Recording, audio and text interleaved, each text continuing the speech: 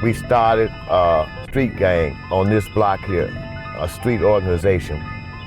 I was like 9 years old. 9 years old when I first got involved with it. Where they coming from? Behind us.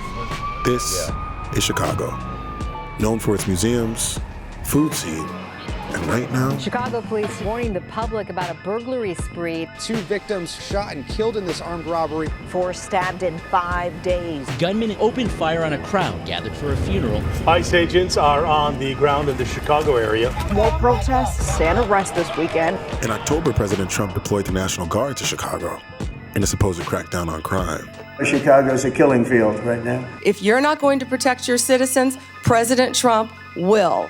But at the same time, others insist Chicago is as safe as it's ever been.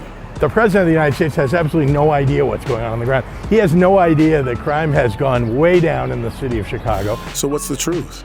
How bad is crime in the city? And would sending the military in really do anything to fix it? I was born and raised in this city. People love talking about us, but never to us. Would you guys like to do an interview for a documentary? So I asked the people who actually live here, and what I found was far more complicated than anything you'll ever see on the news. Do you feel like Chicago's a dangerous city? No, I do not. I've always felt relatively safe here, and I think there's crime in all cities, and I think Chicago does just have a bad rap for it. I don't feel safe. This is why I moved to the suburb. Oh, okay. Can you tell me? The crime rate, it's so high, and even walking, at that point when we moved, I didn't feel safe even to put gas. You got to have your head on a swivel. Even walking down Michigan Avenue, you know, it's like, you know, keep track of who's around you. I think the stigma is the South Side. There's a bit more crime there, but I think the news exaggerates. At night, like, I don't ever walk alone home late at night. But you say you don't walk home? No, I don't. Have you heard about the puncher on the train? Yes. Yeah, so I've seen that a lot. Did you see the puncher? I saw it firsthand, yeah. I mean, I was very far away. It was like the other side of the street. It's hard to categorize Chicago as safe or dangerous, partially because crime rates vary widely between neighborhoods. In 2025, most of the city's violent crime occurred on the south and west sides, in neighborhoods like Inglewood, West Garfield Park, and Austin, where I'm from. I was in Stateville Prison, maximum security prison. How long were you in there? That was the first time I went. Booney is a former member of the Vice Lords, one of Chicago's most notorious gangs. He was there when it all started. I got locked up for armed robbery in 1976. Was this all in Austin? All this right, where we at now, this is where all this happened at. The Austin neighborhood in Chicago's west side had the highest murder rate of any neighborhood in Chicago in 2025, with 45 homicides. This is an active block. By that I mean they're actively selling drugs on each corner. Okay. But I talked to the guys that's selling the drugs and asked them not to do it on the block, not to mess with the people's houses, run through their gangways and all of that, and they respected that enough not to do it. So, because ideally, I would prefer them not to do it, period, but I know I can't supplement their income. Yeah. So I can't tell them, don't do this here. Have there always been people selling drugs on the block? No, this is new. This is all of this is new behavior that due to the economics and the lack of opportunities for us jobs. We used to have all kind of industries and companies in this community. To find a job was just as easy as going to get a cup of water. He's not lying. In the 50s and the 60s, Chicago's west side was a major manufacturing hub, and that meant an abundance of good-paying jobs for everyone who lived there. I want to get you to Brock's, where Brock's Candy used to be at. Brock's Candy was at one time the largest candy factory in the country, employing over 3,500 people right here in Austin. But factories started closing their doors in the 80s, sending production to other states or out of the country. Now all of these here is abandoned factories. There used to be factories. So these were all employing the people all in the employing the neighborhood. community. All these was employment opportunity for the community. Wow. All of this here. Wow. Now it's just there. What is it now? It's just empty? Just there, empty. They're not utilizing it at all. Is the city trying to do anything with it? Not to my knowledge. Nobody is doing anything with it. All these was jobs, generational jobs. In the absence of jobs, illegal economies began to flourish. Families that used to work at blocks, now their kids and grandkids is on the corner selling drugs. During the drug epidemic of the 90s, gangs became more profitable and more powerful. And as more people got pulled into gangs, violence in the city began to rise. If you're in the streets, being in the streets brings violence because just like anything else, in the industry, you gotta protect your product and your people that's selling your product. In 1992, there were 948 homicides, the highest homicide rate the city had ever seen. Since then, the homicide rate has declined significantly, but Chicago still has a murder rate that's 4 times higher than that of New York. And for many people in the city, that's still a crisis. This year, we had a lot of violence. A lot of violence has happened. Sometimes I get scared. Elizabeth Ramirez started a group for mothers who have lost their kids to gun violence after her son was killed in 2011. We're losing babies. We've lost baby 3 years old, 6 months old, 7. It's different ages, and a bullet doesn't have an age. Right now, you hear a lot of politicians talking about how the numbers of deaths are down in the city, the numbers of homicide. As a mother of someone who has lost their life to the violence in the city, how does that make you feel? Angry. Our kids are not numbers. And they have to watch the way they speak because that hurts us. You understand what I'm saying? My best friend, my best childhood friend got murdered outside of our neighborhood high school. And the thing that really hurt me was turning on the news and them saying, a man was killed today. An 18-year-old man was killed today. And I was like, this whole person, my best friend with all of his dreams and aspirations today on television was a man. Just an 18-year-old man was killed today. For locals, detached stories of violence have become the norm. But in September of 2025, President Trump put a national spotlight on the city, injecting unconventional intensity into the crime narrative. Chicago is a hellhole right now. And calling on federal agents in an effort he called Operation Midway Blitz. And National Guards, I did say, yes, why not them? They could help. Immigration action throughout Chicago has taken a violent turn in recent days. Federal agents made over 800 arrests as a part of Trump's Operation Midway Blitz. But the operation was largely absent from the neighborhoods with the highest crime rates. He wasn't going after the criminals. He was not going after criminals. He's going after innocent people that just want to work to maintain, support their family. Despite this reality, some people saw Trump's actions as a sign that the federal government was finally doing something to address the violence in the city. Just keep us safe, man. Whatever you need to do to keep the kids safe and the women. So you give it a thumbs up. There's a lot of people. Never gonna keep us safe and clean the streets, man. I'm all for it. President Trump wants to add more police and put more military on the ground here. Do you think that would be something that would make the city a little bit safer? Yes, I do. Yeah? It's obviously worked in Washington, D.C., and the more police, the better. President Trump wants to put more cops on the ground. Yeah, I think it's a good idea. Yeah. It's a very good idea to be safe. And Chicago doesn't feel safe? No, not everywhere. It wasn't hard to find people who welcomed the attention Trump was delivering. But I wanted to find out how people on the ground working to stop Chicago's crime felt.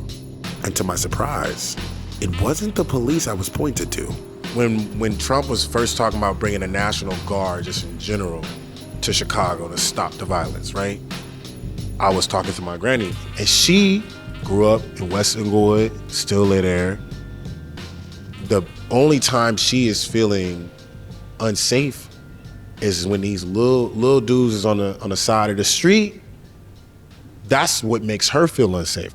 How do you all navigate the fact that some people do feel like, yeah, bring the cops so they can stop shooting, you know? The fact that she feels like that has to happen is because it speaks to her helplessness as a community member to stop the violence, that we need some outside source to help us with it, right? But like, we are here because we know that, like, it starts with us. You know what I mean? It starts with us. It comes from us. This is the Firehouse Community Arts Center. The people here, many of whom have been incarcerated themselves, have developed a disciplined, predictive system for stopping violence. They created a model that helps them de-escalate in real time and prevent harm before it ever spreads.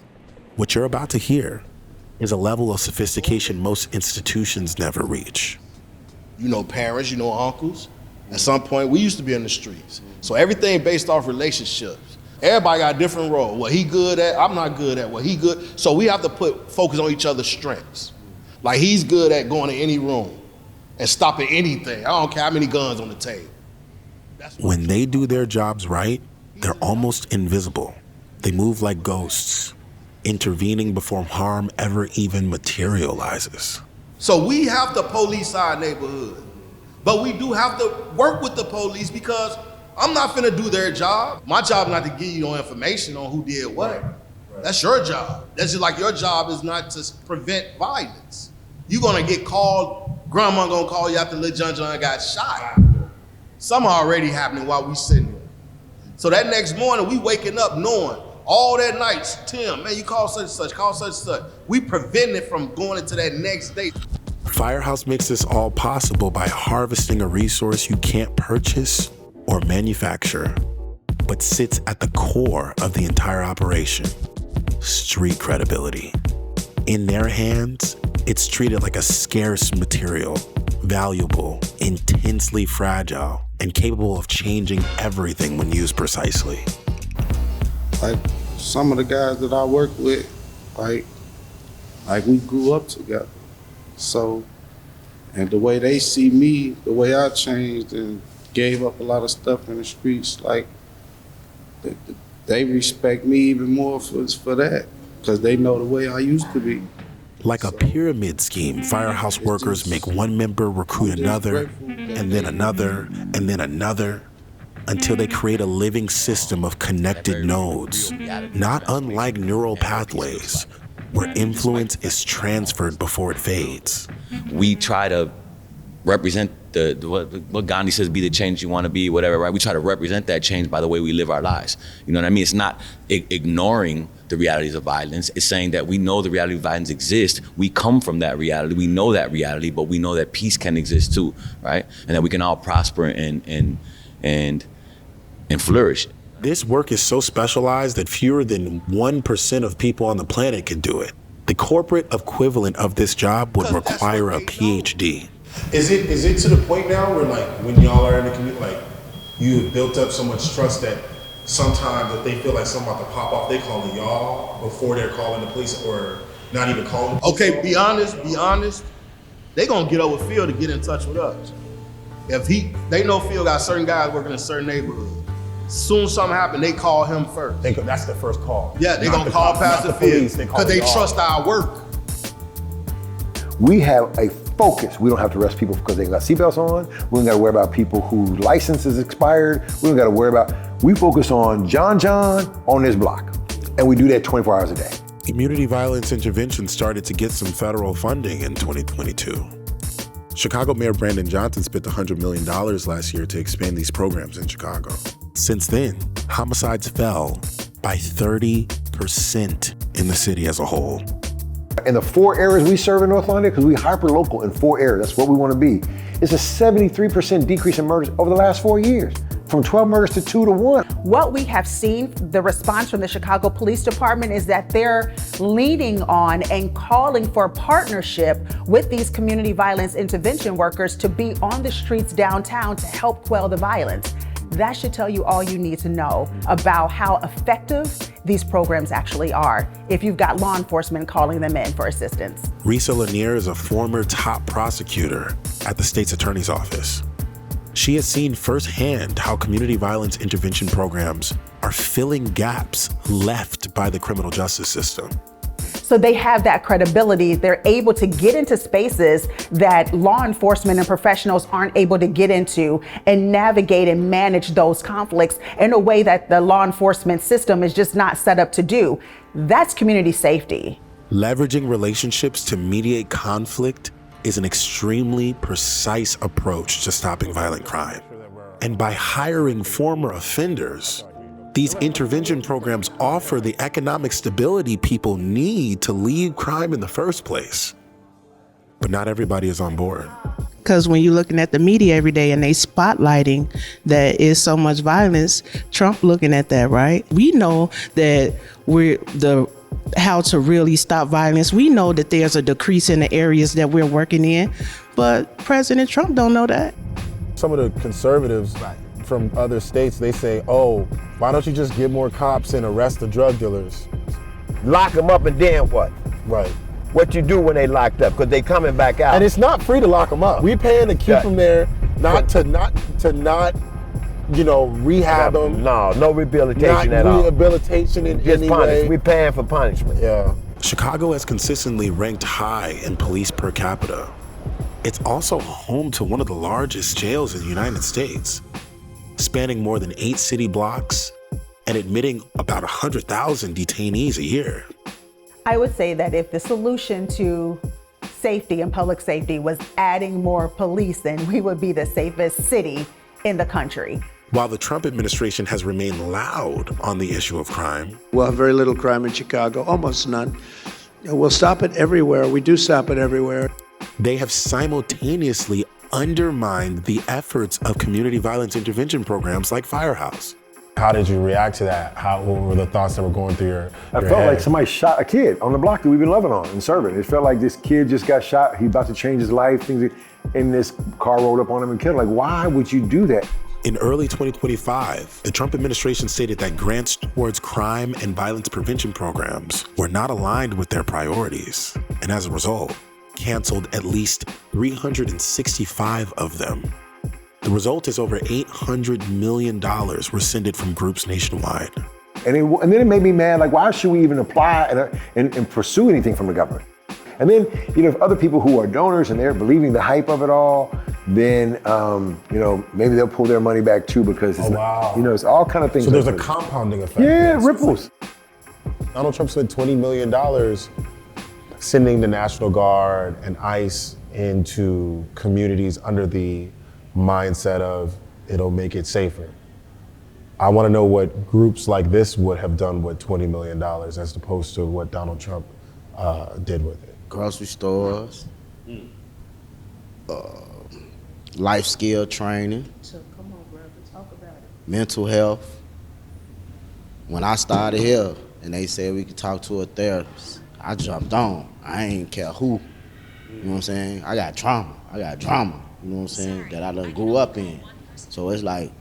So you're saying these are the things you would spend the $20 million on? Yes, sir. Grocery stores, mental health services, training, life skill training or a trade, even if it's somebody that's coming home from prison. The investment need to go into making things better.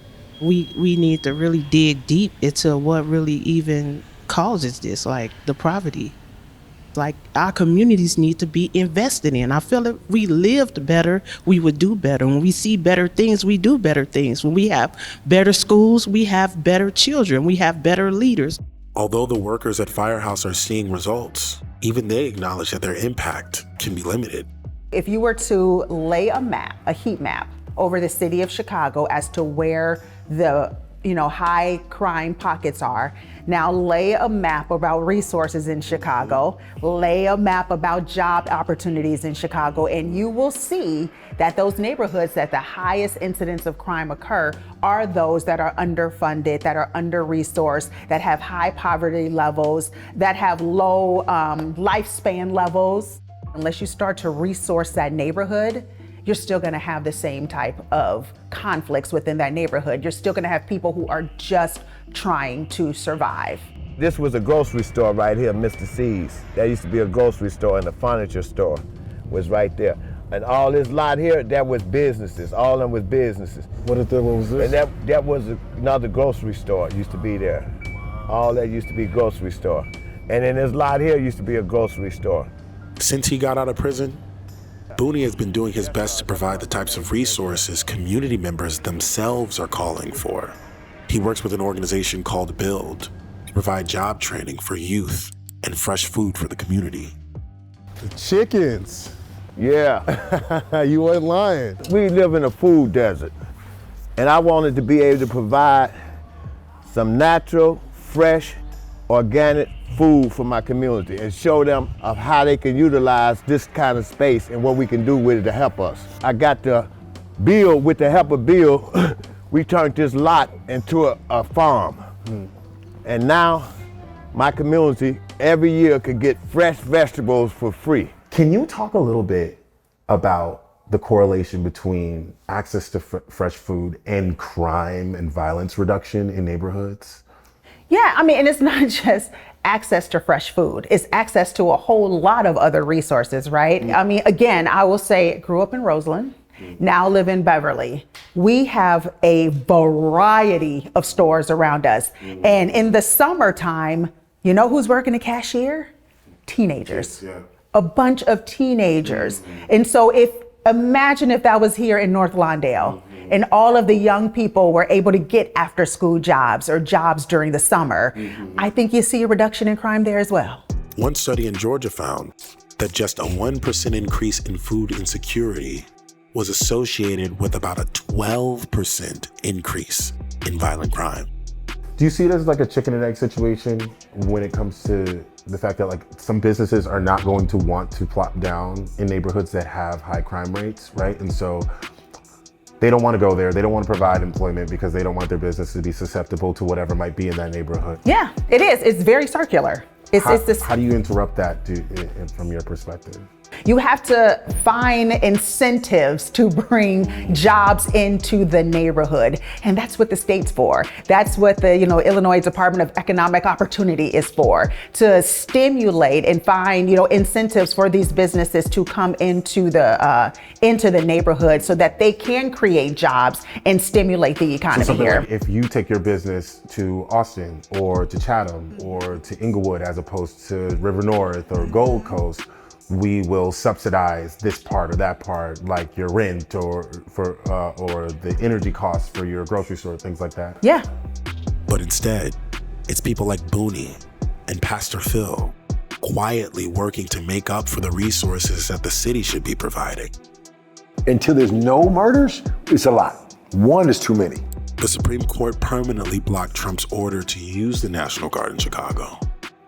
Just because the national news cycle moves on doesn't mean that the work doesn't need to be done to make the people of Chicago feel safe in their own neighborhoods. They leave, the problem's still going to exist because we're not tackling the real problems that are causing gun violence and drug violence. It's poverty, you know what I mean? And disinvestment in Black and brown communities. Bring back what we used to have before, resources. Open those after-school programs for our children. That's a place that they feel safe. From my conversations, I've learned that distilling the state of Chicago's crime into a headline and how locals feel about it is nearly impossible. There are people who feel safe. There are people who feel scared to leave their homes. The murder rate is down, and yet it's still a little high. The reality is complicated. It wouldn't get clicks online. But if there's anything I've learned over the last few days, it's that Chicago does need help, but there's no silver bullet. Certainly not in the way that Trump frames it. To truly curb crime in Chicago, we need to address the conditions that lead to it. Poverty, disinvestment, food scarcity. It's gonna take sustained engagement with communities that are committed to paving a new path forward, with people who aren't in it for the headlines. We don't just come like the National Guard and then just leave. We here, you know what I mean? We here to the last shot fired in this motherfucker. That's how long we gonna be here. Hey everybody, thanks so much for watching that video. I hope you enjoyed it. And if you did enjoy it, please like and subscribe. And if you have an idea for a new video, make sure to let us know in the comments below.